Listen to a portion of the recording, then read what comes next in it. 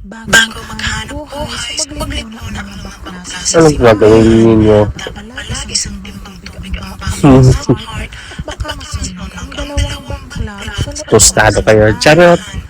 Okay, isang talbar na naman ang kaharap ng Mars Heart. Sana mapagtagumpayan ng Mars Heart ang pagsubok na pagdadaanan mo. Ay, grabe kayo.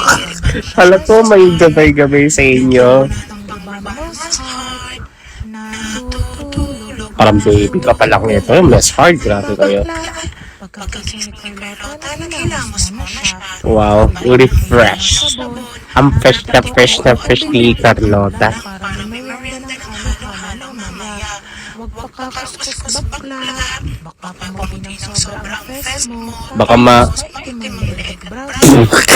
Mukha kang ganyan siya na bakla. Hindi siya gago. Okay, ulaw na Carlota. Sige, simulan na natin ang pinitest siya. Tansyahin na natin ang hair ni Madam.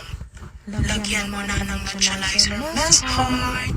I-blower na ulit Carlota. Siyempre, patakanan na ulit ng plancha para matapos na. Okay. Wow! Isang himalat. Pero talagang himalat. Nag-himala na naman kasi ang bakla.